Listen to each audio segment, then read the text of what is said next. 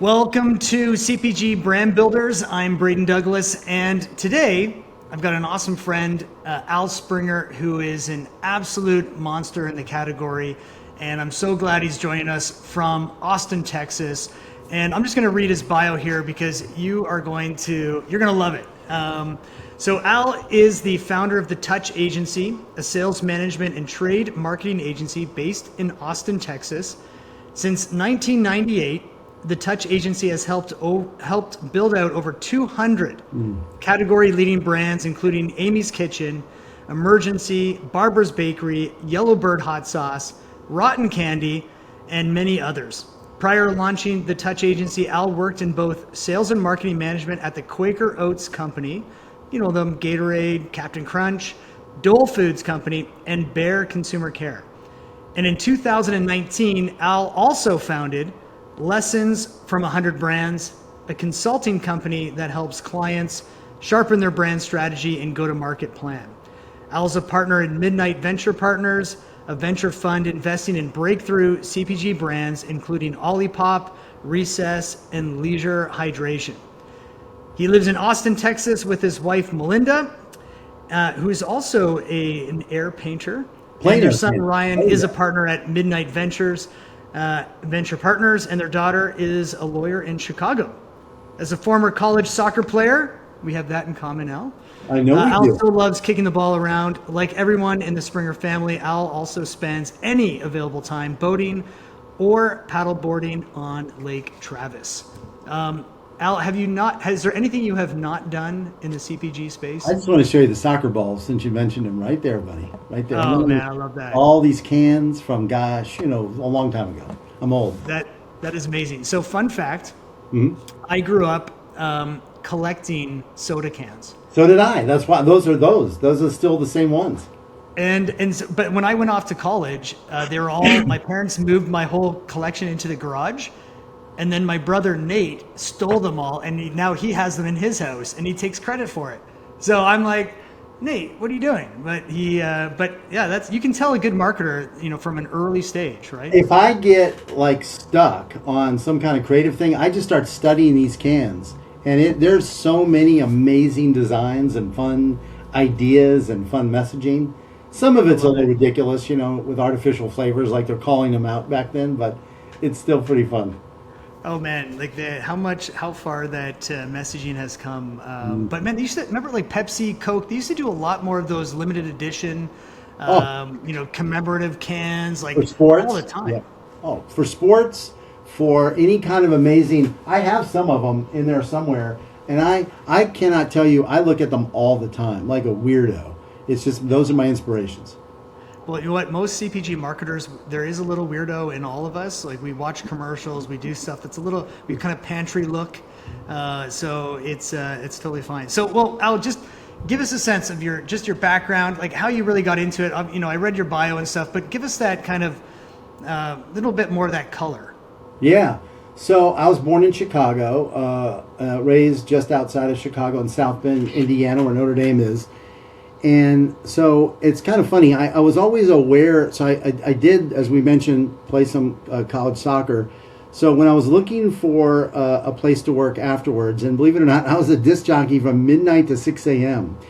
All through my senior year in college at a commercial station, not at a college station. You know how college stations always have that guy kind of mumbling and not sure what he's doing, but he's got this idea that he's gonna be a major network one day. I got to work at a commercial station, which made it fun. And so I liked everything related to marketing, advertising. It all sounded fun to me. But and my sister happened to work at Gray Advertising, which is a huge New York City based at the time, now global ad agency.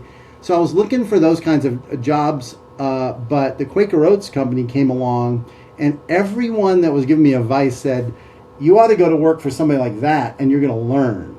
And you're going to learn how to manage a brand. You're going to learn about sales, trade marketing, brand marketing. So that's what I did. And I worked on both Cap'n Crunch and on Gatorade, as well as some other items. And I always laugh because you and I ended up in the better for you space. And the only thing that would be worse than Gatorade and Cap'n Crunch is if you poured Gatorade on Cap'n Crunch, it probably would have been worse. And I'm still in love with both of those brands. I still love them. I would eat a bowl of Cap'n Crunch right now if I could. But that got okay, me into it. Yeah. I got a question on Captain Crunch because for me, growing up, you're watching all the commercials. Remember the Soggies? Oh, of course. And they were Well, you don't want the soggies.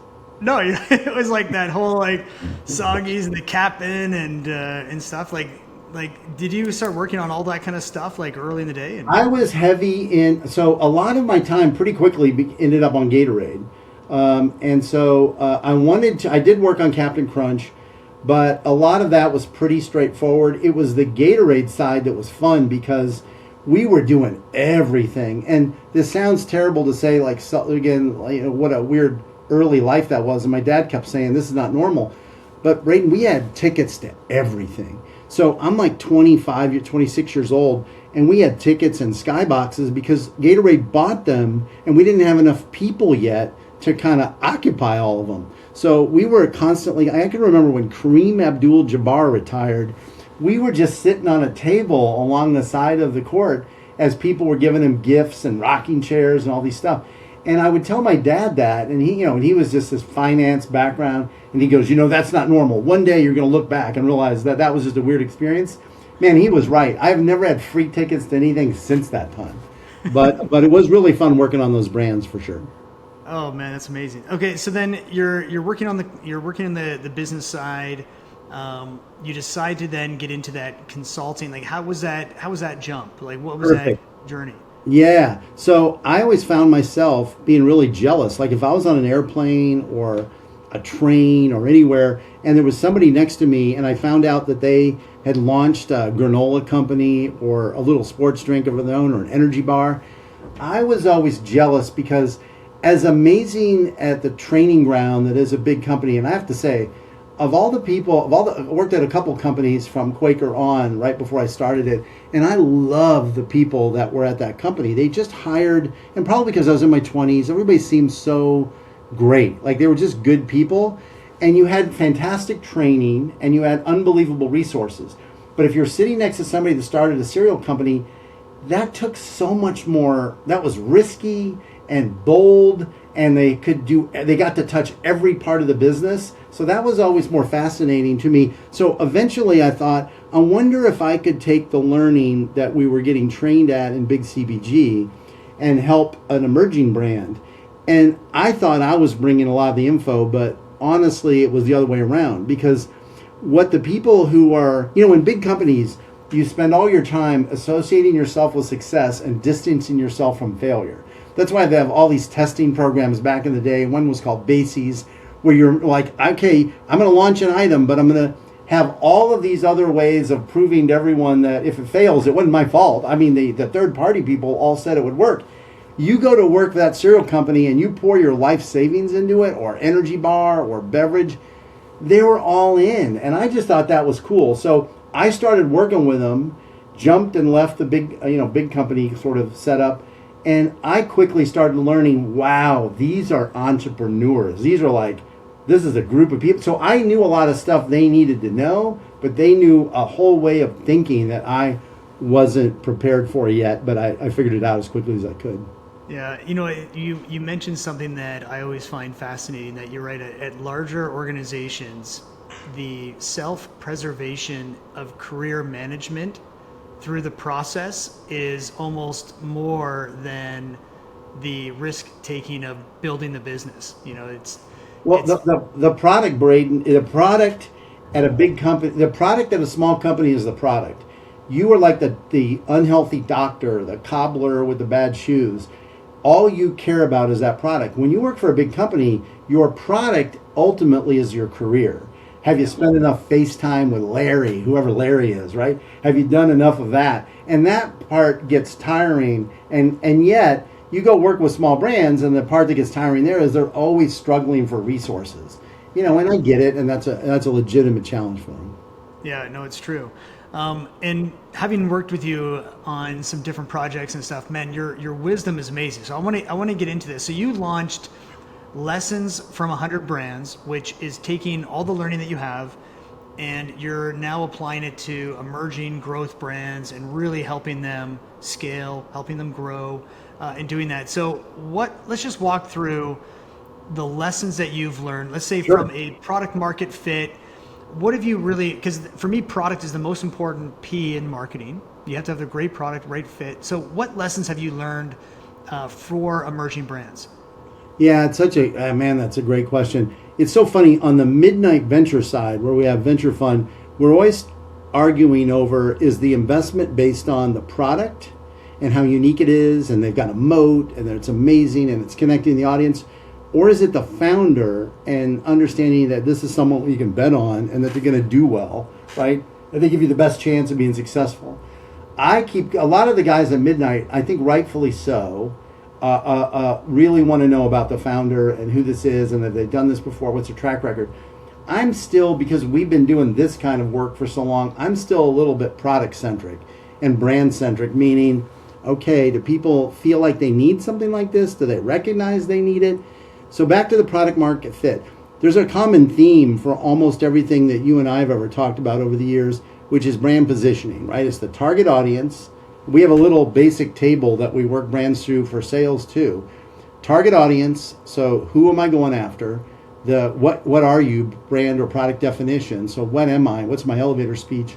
And then the points of difference, or all the selling or marketing or rationale.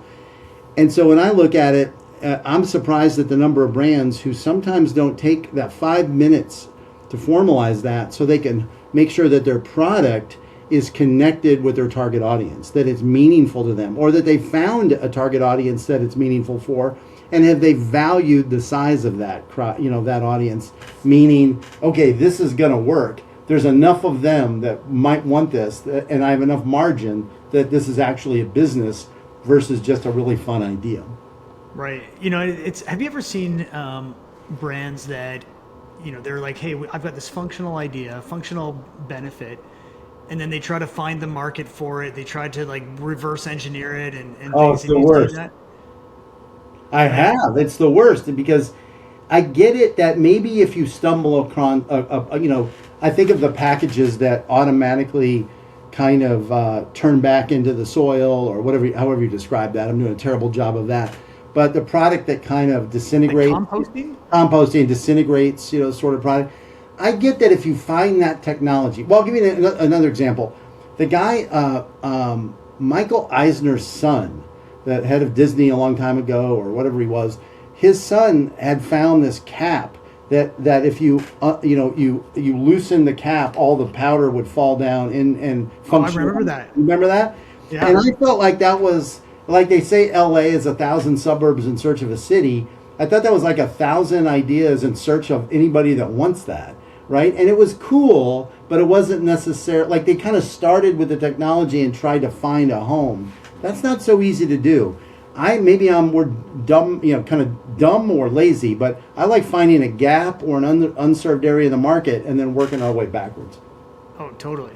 Well, then so on that one, target audience then, right? So you're saying find that market, that audience, where do you see things going then within it when it comes to target audience, finding that the unmet need? Is it based on function? Is it based on aging demographic? Is it based on socio kind of ways of people looking for convenience now than they once were? Like where do you see that? Yeah, I think all of those are yeses. Like every one of those can be the gap. Because, and my wife and I always have this argument where I say, here's a cool idea. She'll always say, and she's a painter and artist, she always says, I've seen that before, that already exists. And I'm like, yeah, but that doesn't mean that you can't find an angle, tell the audience, like you said, a lifestyle or demographic thing that makes it interesting.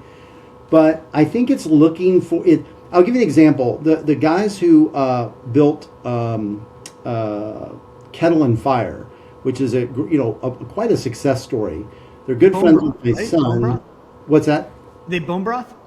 Oh yeah, bone broth. Yeah, and the Mears brothers, and they built Kettle and Fire, and I don't know. I didn't hear this directly from them, but they're very good friends with my son, who is the Midnight Venture guy, or one of the Midnight folks at Midnight Venture Fund partners.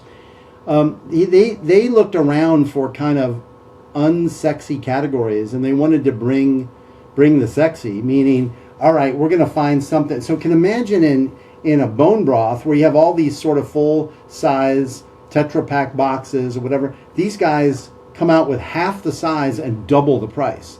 But they made the branding fun and modern and the type of ingredients in it clean and whatever.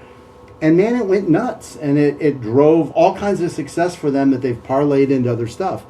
To me, that was interesting because I've at least heard them quoted, and I can't say I heard this, but my son did, that that basically they're fascinated by categories where there's obviously a need to kind of bring some new news or there's a gap. And I think that's a fun way to do it and a really clever way to do it. Yeah, absolutely. That's awesome. So then here's a question on positioning, right? You mentioned positioning, and what it sounds like what Kettle and Fire you just mentioned did was that they basically premiumized that position. It's kind of a commodity, kind of a bit of a sleepy category, and they cleaned up the ingredient deck. They made some great branding, connected maybe with a new healthy audience that's a little bit more hip. And so they created that new positioning within that. Do you see that trend of how to view positioning, where those gaps are? Like, what's your approach as you start to look at positioning brands that maybe even come to you and say, "Hey, Al, we need some help with that." Like, how do you typically look at positioning? Yeah, we always start with two easy ones and a third that's a little more challenging. The two easy ones are, as basic as this is, we audit the stores. Literally, we go into Kroger, H-E-B, Whole Foods, 7-Eleven, Costco, wherever it is, and stand in front of the set. And what we're looking for, and the reason that we go across as many stores as we can, is we're looking for consistency in a setup of a category or the way retailers have sort of defaulted to setting something up. I'll give you an example. In supplements, you'll see like broad line taking up a lot of space. That's like a Nature Made. They have vitamin C, vitamin E, 4 or 5 versions of that. And it isn't so much about the brand. One or two brands kind of won the ability to provide all of that sort of mix and match one-offs. And then on the other end, you often have like kids multis, adult multis like Centrum. And then there's that section that's sort of developed in the middle, which is an Emergen-C, a Force Factor. I haven't been in the supplement world in a little while, but the idea being that, okay, I kind of get the layout here now of what that might be. And yet, why is Emergen-C on the bottom of the shelf, even if it's a full shelf? So we start with it kind of understanding the retail setup, right? What the shelves look like. Then second, we go to Spins, IRI, or Nielsen and start looking at the category. What's up, what's down, how are they segmenting it? Because what often happens is, in syndicated data companies, is they get pretty heavily influenced by whoever the leading brands are who ask them to set it up that way. Hey, this is the way we view it, and it kind of makes sense to them. These guys are doing the consumer insights, so we're going to set up but we look for gaps, we look for trends, we look for something that's on service. Then we start to develop our theory. Okay, and I'll give you an example. It's been a long time, but on Emergen-C, that was a immune product. The whole target was immunity, which meant that it had hardcore seasonality. Pfizer probably, they weren't around. This was us, like way before Pfizer bought them. But they had a seasonality around the cough cold season. But one of our folks started looking at it and saying, it's interesting, because it's seasonal, that half the year they're jammed to the bottom shelf, or they're actually SKU counts reduced. Same thing with Airborne, some of those other brands. But guess what? There's electrolytes in this. And we started having observations from people who said, I went to a gym and I saw someone pouring this Emergen-C into their water because it was electrolyte replacement. It was like a healthier, interesting Gatorade with a mega dose of vitamin C. So as we start to then develop that theory, what if there was a year-round story? We actually helped them on the package put winter, spring, summer, and all the ways you could use it. And we did that with step 3, which is we started doing some focus groups just to talk to people to understand, hey, does this make sense to you? Or is this just so hardcore mega dose of vitamin C that you'd only buy it in the winter? And man, we started learning quickly. And I think that allowed us to identify the gap and then kind of construct a program around it. Yeah, that's smart. I love that. It's taking that, that, say, usage occasion and then starting to blow that out so it's not just pigeonholed into that seasonal component. And probably Did you have to train retailers and others to really think differently about that? Like, were they Oh, at first like, no, I don't think so? And like, how did you approach that strategic conversation with them? And what kind of data points did you then say, well, no, guys, like you got to think about this maybe differently? well, it's so funny because it also goes back to the way trade presentation and how most people. One of the things that we've asked buyers in the past, not a buyer friend, and I said, what do you hate about presentations the most? They say, I hate when somebody comes in and just throws up all their information about the brand, like A, we already know who they are, and B, gosh, here it is. What are you going to do? Can you please take it? And they said, this person said, I remember this to this day, get me in a conversation. So talk to me about maybe seasonal needs for supplementation. Like, okay, there's a cough cold season, but there's a summer replenishment, and that's why Gatorade does so well in the summer. Get me in a conversation. So we started getting retail. We made a visual of kind of the seasonality of need and said, what if there was a brand? Because I said, if you only do Gatorade, who buys it in Detroit in January? Very few people at the time, right? Gyms made it a little different, but back then. But if it's an airborne or Emergen-C and you're only buying it, or cough cold medicine, you're only buying it, what if we found a brand that could speak to all of these needs, and then we've built our marketing to kind of shift by season, so to tell that story. And man, that really made a difference. We still had challenges. I can remember Walgreens saying this stuff isn't selling fast enough, but we were fortunate that we kind of challenged them to say, for 3 months, take the top off the box and sell these little individual packets, and that way it's trial building. Would you consider a check stand placement? And man, when we did that, they went from 0 to maybe 1 million to the next year 8 or 9 million at Walgreens alone. So Really? it was that finding a way to kind of use merchandising to drive trial that made a difference. Yeah, man, I love that.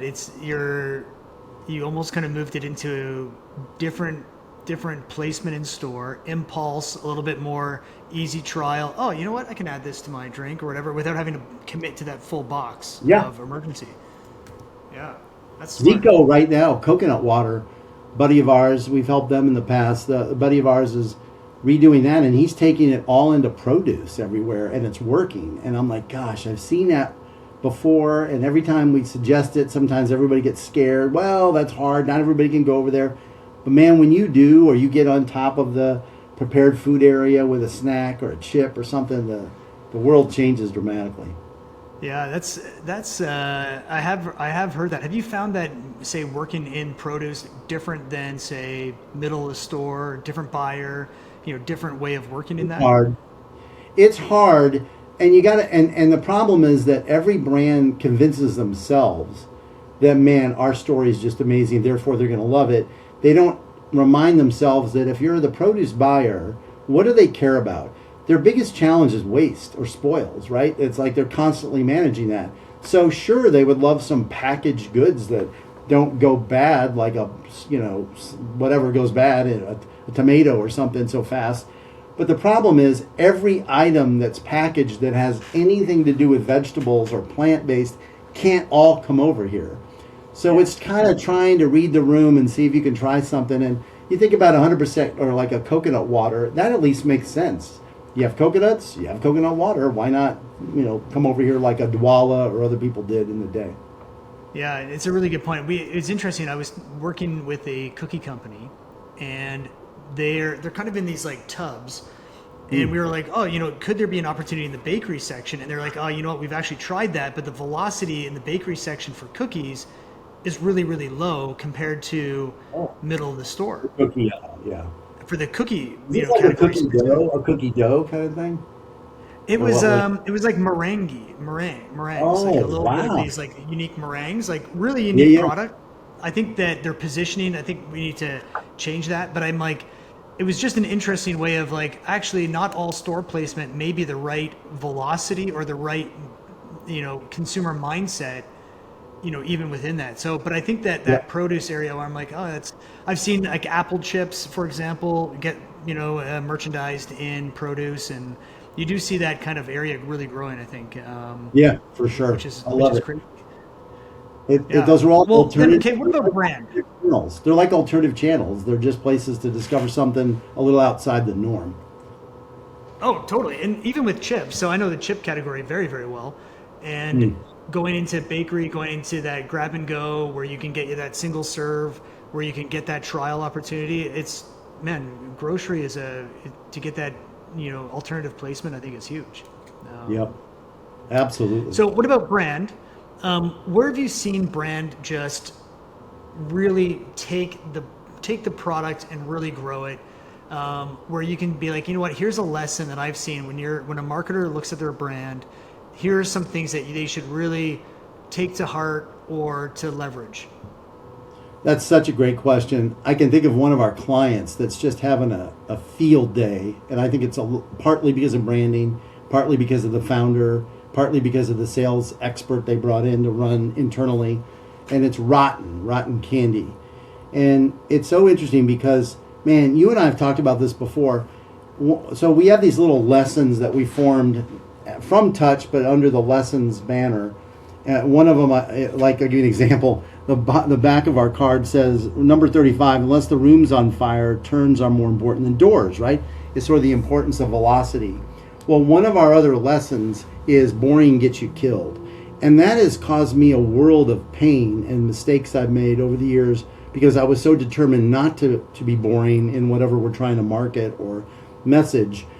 But there is a lesson there that says, so the temptation for better for you brands that are a little cleaner is they'll go into categories that need a little action, and their packaging and everything is still erring on the side of, look, we're nice, we're clean, we're great. And what Rotten did is they did all that with a product, but they went after they made the design look like younger demos would just think this is wild, it's crazy, there's action, things happening. I can't tell if it's a skater, I can't tell if it's a monster, what's going on there. And that was where branding created the mojo for it. And then you add in a founder who did an exceptional job early on. It's still relatively early, but he does an exceptional job of bringing people along with the story of the business he's building. And then he brought in a sales guy, so that's Michael Fisher, and then he brought in Adam to run their sales. And Adam is just a guy who knows how to match up a brand with some mojo with the retailers that are looking for that kind of thing. But to me, it all started with a brand that really got people's attention, and even though it was better for you, they didn't hide from it. They embraced the fun edginess of the whole thing.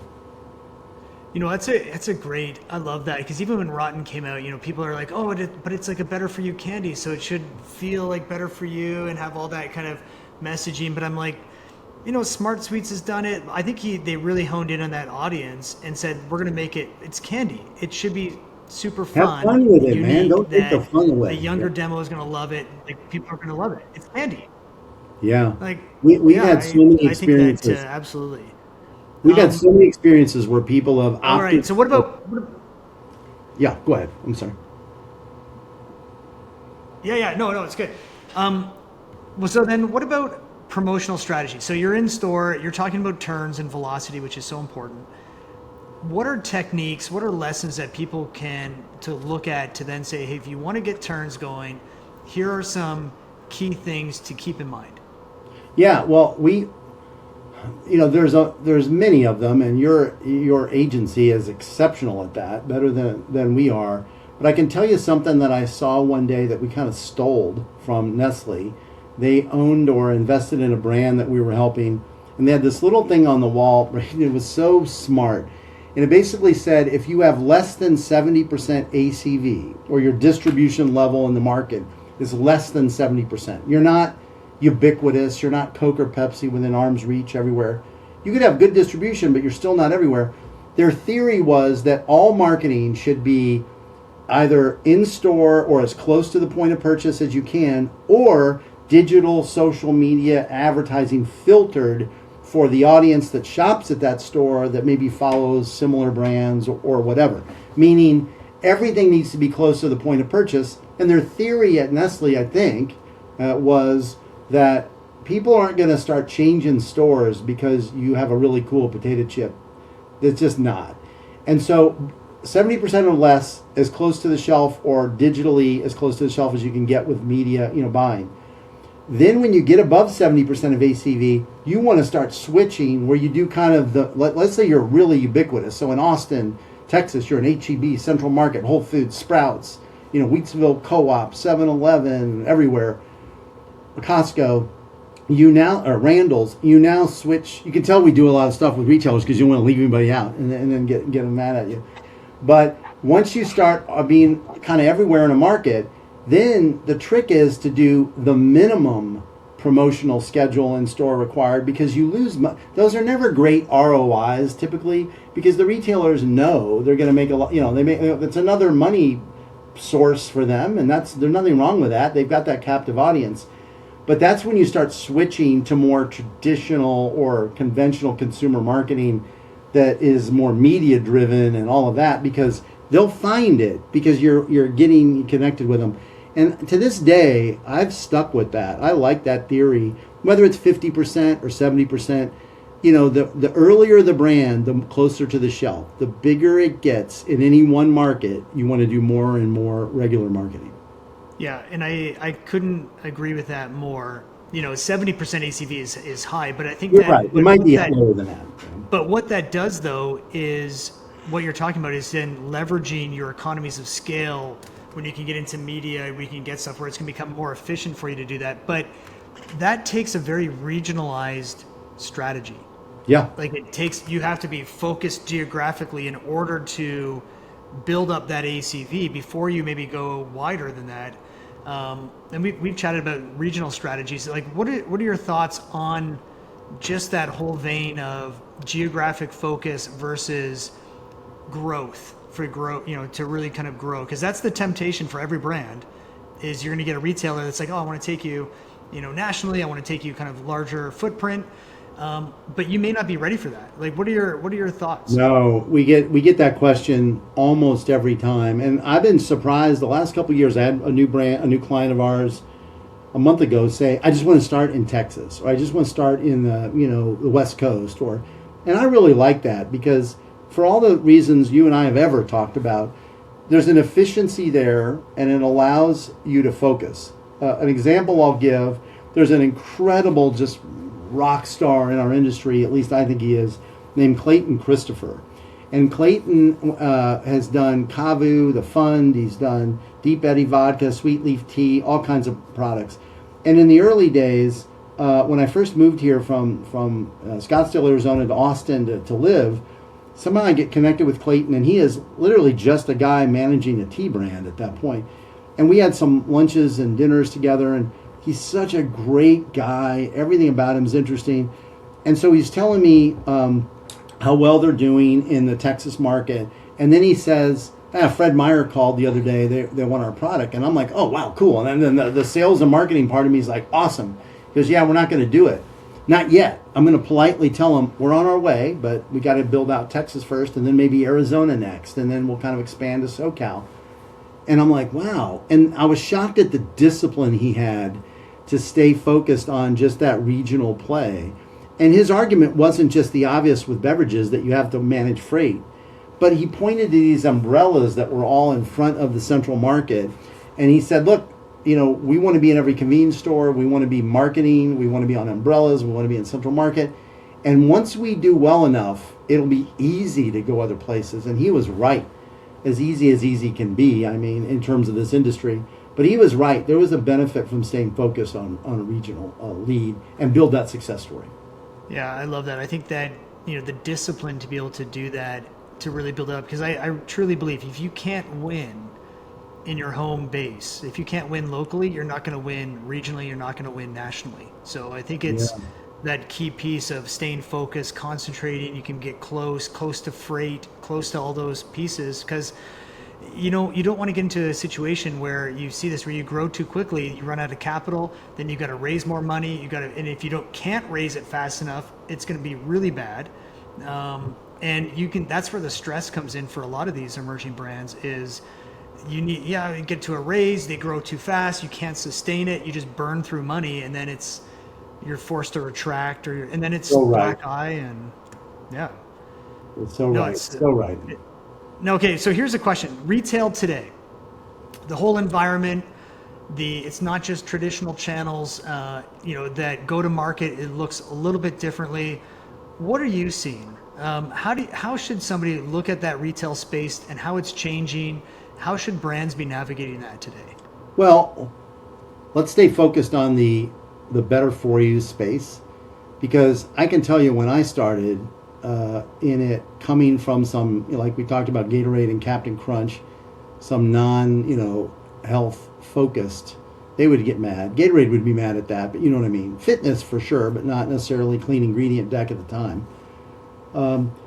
It was you'd go to Expo and there were two groups of people. This is before the big split where the fitness people went to the Arnold in Columbus, Ohio. And so you'd have fitness people and old school natural channel types, right? Stretching, doing all kinds of stretching in the middle of the aisle. Made no sense to me, like I didn't understand it. But if you look at all of that and you think, okay, if that's the way the industry was, then I can tell you there was a limited number of outlets that you took products like that to. There was Wild Oats, which later kind of, became what it became with Whole Foods. There's Whole Foods. And then there was a lot of distributor-driven independent stores and small groups. And they were, even before the names, of UNFI and KE really became a thing, they were all these other different distributors. And so you looked at it and you thought, that's a pretty small universe. But it was fun, and people got to kind of live their life. Fast forward to today, about a year and a half, 2 years ago, I was walking around Austin. Had just been in Chicago and saw this. We've been in Brooklyn and New York and saw this. And we call them kind of bougie bodegas. So imagine a 7-Eleven or Wawa, or the people that have done a pretty good job of trying to add some lifestyle-friendly, better-for-you stuff. Awesome. And that's classic traditional convenience store. But we started seeing these bougie bodegas. So in Austin, it's Rosedale, Marigold, Royal Blue. You walk in them, and some of them like Royal Blue are kind of cute/pretty on the outside. They've crafted the brand. Some places look like an abandoned C-store, except there's 9,000 people in there. And you walk in, and it's Siete chips and Olipop and Poppy. I hate saying that name, Poppy, because we're Olipop guys. But it'd be Alter Eco chocolates, and you wonder, like, what's going on here? So in the traditional C-store world, your primary suppliers are McLean and Core-Mark, who are like the UNFI and KeHE, and then you have a lot of DSD and beverage and snack guys who do that. But you walk into these stores, and you're like, wow, there's a lot of people. There's a chaos that goes on here that's kind of fun. And then the more you ask around, you realize they're ordering from UNFI. They're ordering from KeHE. So I think for today's brand builders and operators and salespeople, it's realizing that, yeah, I can just keep going to the same Whole Foods, Sprouts, Earth Fare, Fresh Time, the same HEB, Wegmans, Central Market, awesome. And that's where the volume's done. But man, if you want to drive trial and awareness and get a little buzz, you got to start looking at these other channels, some of which may be supplied by the distributors that you already have. Now, because we've chatted about this before. Now you've started to get into that. Like if a brand came to you and said, "Hey, Al, I want to get into some of these bougie bodegas and stuff," because you can really hit some like pockets in suburbs and where a lot of like hipsters and different stuff are. Yeah. Like, how would you do that? Like, if you're like, you know what, our product would be perfect for that, what would be the next step? I think it's picking markets first and coming up with a story as to why you belong in there. But the good news is most of those outlets are already educated. So then it's going back to the markets and working with the UNFI or KeHE people that supply them that broader selection than what maybe a traditional C-store outlet would carry. And then it's also, if the product has got some real potential, then we take it to McLean and Core-Mark and show it to them and say, hey, and now suddenly instead of just the 60 cool stores like that in Austin, you get a chance to pitch to one of the big chains that have thousands of stores. And so in other words, you got to kind of match. Kind of goes back to our outlet strategy and brand positioning and target audience. You got to figure out, do I belong in the stores? Most of our brands that we would talk about or work on would, that belong at the end of a street of a bunch of little bungalows where all the creative, cool people live just a couple blocks from downtown. Do they belong in those stores at the bottom of a condo tower like Royal Blue in Texas? Or could they be broad enough appeal, like a Zico or something, that they belong in 7-Eleven, they belong in a Wawa or a Casey's or any of those. And that will determine which distributor that we need to use. But yeah, well, it's formalizing. It's like anything. Pick the markets, pick the chains, build a story, and go out and try and make it happen. Totally. Now, one thing that I find that as a marketer, working with distributors, brokers, sales teams, like what's one thing that you think, if marketers could just get this right, if working with these stakeholders better, it would unlock growth, it would unlock a lot more than they think it would? Like is it tools to give them? Is it involving them in decisions? Is it like, what do you think that would be a really good way of working with distributors and brokers? Here's my answer that I always give people. I don't think brokers or distributors are good or bad. I think they're what they are, and the responsibility comes to the operator or the sales management agency in the touch case or something, as to how you work with them. And that means that if you go to a distributor, you don't imagine. I'll give you an example beyond UNFI K-Heat, like a great beverage distributor. I know one here, that we deal with fairly frequently. Great guy. They've launched C4 and Prime and a bunch of other things, and they'll say the same thing every time you ask them. They'll say, "Oh yeah, no, I'm really interested. You got to bring me a retailer." So I'm like, "Oh, okay." I think that applies to almost every distributor, and it applies to a degree to brokers. You can't, go do a little pioneering yourself and get some action you're bringing to them already. They love that, both brokers and distributors. Hey, I've got this retailer. I've already got 2 retailers for you. Now all of a sudden they're like, okay, this guy's going to work with me. Because the thing that nobody likes is, I watch brands do this all the time. I got a distributor set up and the volume should just start rolling in. And that's not how it works, man. As an entrepreneur or an operator, you got to go help them.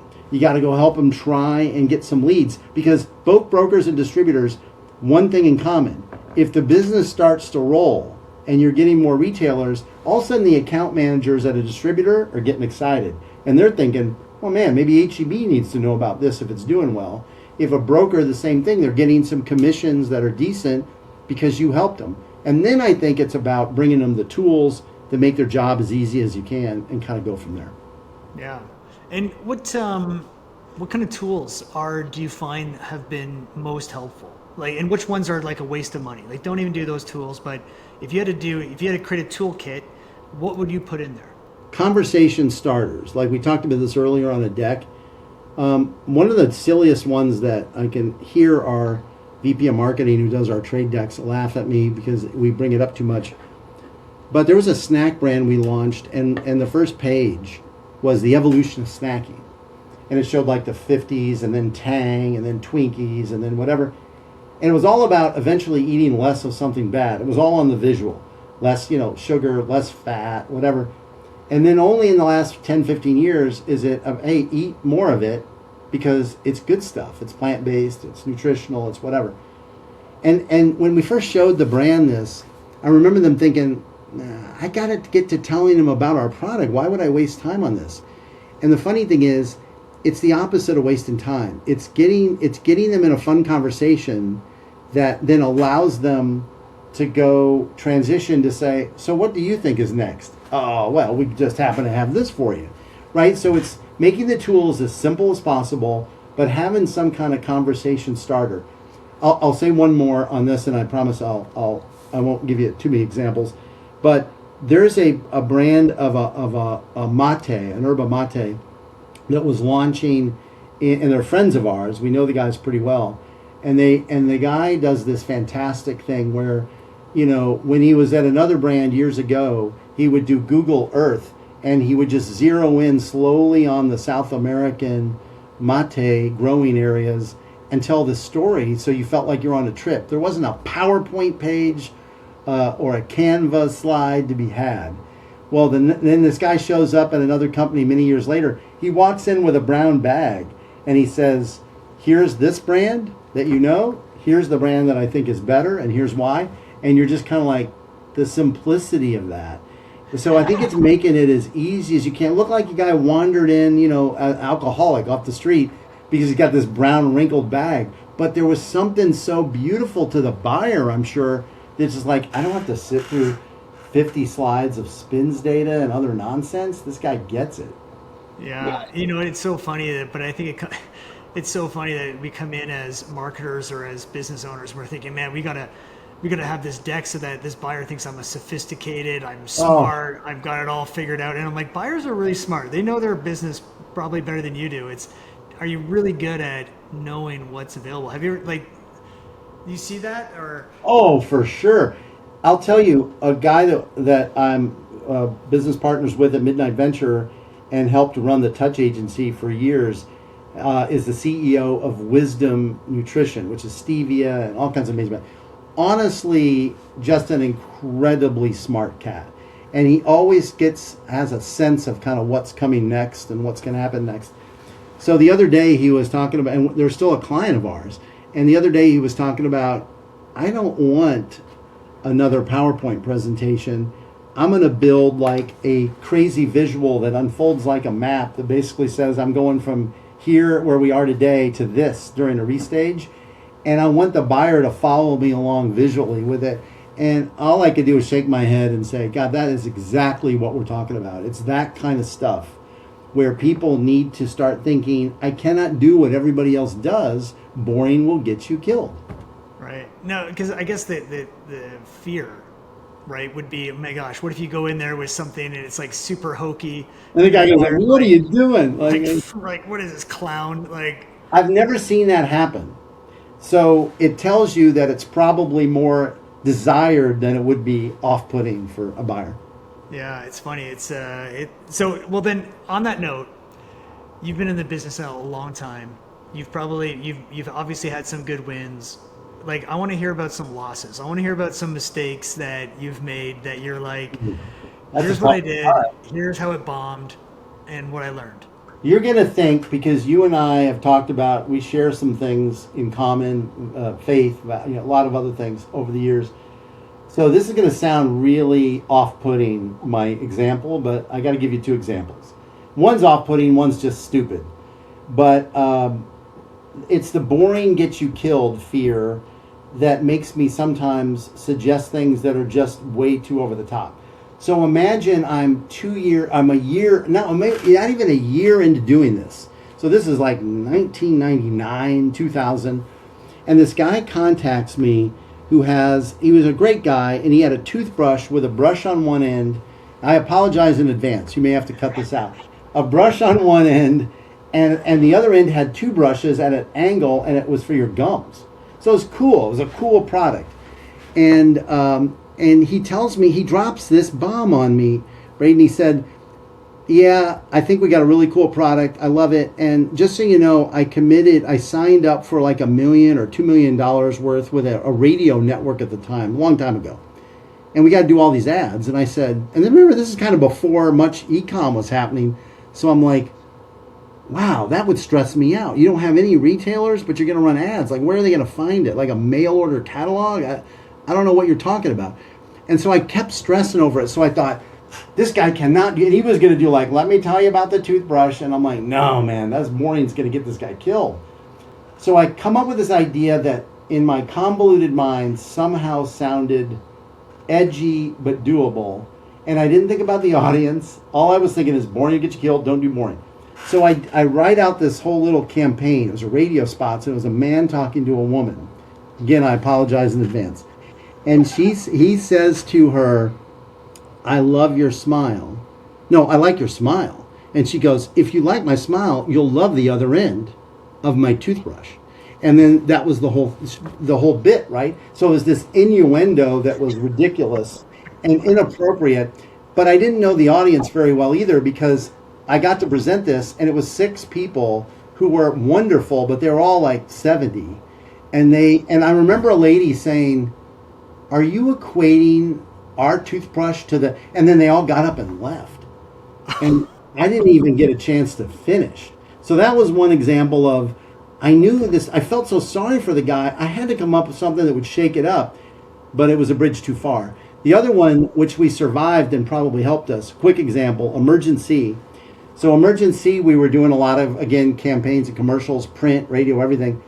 And they had this, opportunities would come along, and the CEO, who's a friend of mine, and I both share the same boring will get you killed, so we're going to try something. So there's a huge flu shot shortage. So we did a campaign, the flu shot for the other 50 million. And instantly the FTC or the FDA, I don't remember who it was, got a cease and desist saying, you cannot claim that Emergen-C is equal to a flu shot. What's wrong with you? So we stopped that, and then a year later, the bird flu comes out, or the other way around, I forget which. And we ran this commercial where a guy was scared that he was going to get sick, so he's in a meeting in New York City, but he's out on like a shelf, like on the shelf outside a window 30 floors up. And the lady's saying, you got to come in. And he goes, have you seen Carl? He's too sick. He's sneezing. I don't want to do it.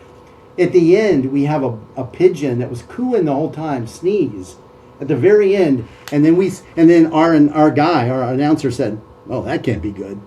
And again, they came back after us and said, what? This is your final warning. Like, you cannot do this. You're not the answer for the bird flu. You're a vitamin C drink mix. So yeah, I think our most of our really bad moves were trying to break through, but not thinking it through very well. Yeah, I love that. I still believe though you're not a true marketer until you've got at least one cease and desist. Like that's right. You're not trying. It means you're not pushing the envelope enough. You got to get at least one under your belt, and then you can freak out a little bit, and then you're like, oh, you realize, oh, it's actually not that bad. That's exactly right. Okay, so you see brands all the time. You're in it. Which ones do you think are just killing it right now? Well, I mean, I think both Olipop, and it is self-serving, but both Olipop and Poppi did an exceptional job of using kind of 60s vintage cool vibe, and then the idea that we're going to put some prebiotic fiber in to make the soda have a gut health story, because all of that like it took all the kombucha ideas and stuff but made it really tasty and fun. What they were doing though, really, that I think you give them credit for, I do, and we didn't work on it, we were just investors in it, is they gave consumers the permission to enjoy soda again, because this must be okay, and it's low sugar and it tastes fantastic. So I see them, and then I mentioned Rotten Candy. There's another one that's just going nuts. There's a brand that we work with, and it's not fair to make them clients of ours, but I watch a brand called Grain Trust. Most people don't know what it is, but it's a box of 3 frozen rice bags, white rice, brown rice, fried rice, whatever, jasmine, I mean. And they've done such an exceptional job of methodically working through, here's what our offerings are, let's not offer too many items so that we get cherry picked, and now we're trying to manage all that inventory. We've brought convenience to a thing where people didn't think of it. So I see a lot of brands who are doing some amazing things up close. Yeah, I think it's the combination of innovation in a big enough category that, with great branding within it, it's just like you can get that. If you can get that culmination there, where it's not too niche and it's not too, you've got a large enough audience, but it's a big category that almost needs that disruption a little bit of like, oh, that's new. And I think you're right. Olipop and Poppi, it's like, man, they really crushed it. And in storytelling, right? How do you tell that story? And that's what you guys are so good at. Is storytelling, and we try and do something similar on the trade side, is just storytelling. It's the ability to get them to see what the consumer might, and it's also, unrelated to all of those, I will say that one of the things that really stands out to me are the smart people who, when they pick their categories, they think about high margin, like supplements, high ring, so that they've done the math. What you don't want to do, and somebody on LinkedIn, and I don't remember what it was, gave such a great example of this the other day. What you don't want to end up is like with an energy bar, which we love, right? We're mentioned in Gary Erickson's book, Raising the Bar. We are old energy bar dudes. But you think about an energy bar, you can make 40 cents in profit as an operator, and you're moving 3 units a week in a store, and you have 2 SKUs. So let's say you're making 80 cents a store a week. You get into 1,000 doors, you feel like, man, my business, my grandma can see that what I've done, everybody. it doesn't add up to anything. And so part of the challenge is just figuring out, is there enough here for this to be a legitimate business that can sustain itself over time? And I'm always amazed at how challenging that really is. The worst conversations I have are with people that are doing it. They're just basically have bought themselves a lot of stress, not a lot of money, hoping to get bought out, maybe at a big exit, and you're just like, oh, your gut just is like wrenching for them. Yeah. Because it's not an easy business. Like, this industry is not super easy. No, I was going to do a t-shirt line that said CPG is hard. CPG is hard. And I think it's true. It's not complex, but it's hard. Yeah, it's great. I love that. All right. Well, Al, if I walked into your pantry, what brands are you buying right now? And you can't mention the ones you've already said. Like, I want to know. It's like, if I'm looking in, you guys you're hanging out, you're doing that. Like, what are you buying? Or even Melinda. Like, what's the Springer household? This is my addiction. So Koya, not a client. They were in the early days when they launched. So you think that since they end up hiring all their own people a couple of years in, I would be mad at them and a guy named Chris Hunter. And I should be, because we don't get to help them anymore. But this stuff is plant-based, 18 grams of protein, chocolate. I buy chocolate and chocolate banana. I don't like the other ones. Vanilla's pretty good. But every day I buy this. And there's something about the simplicity of what they've done. They've just launched a protein line, which makes sense in the industry right now. But that's one that I'm absolutely addicted to. I get so depressed if I go to bed knowing, there's not one in the refrigerator in the morning. That's probably my brand. That's probably my addiction right now. Nice. You could say you go bananas for it. Oh, I go chocolate bananas. That's right. Yeah. That's awesome.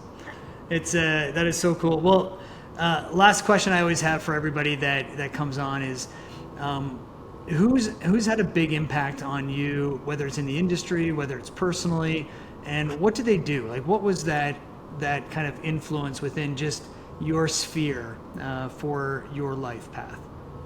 Well, okay, I'll say personally, and this is everybody, or not everybody. Everybody isn't as fortunate, blessed, however you view life, to have that. But for me personally, it was my parents, and I'll tell you why. And this is it's very personal, I guess. But my parents were interesting because to me, it's the faith that they passed on to me.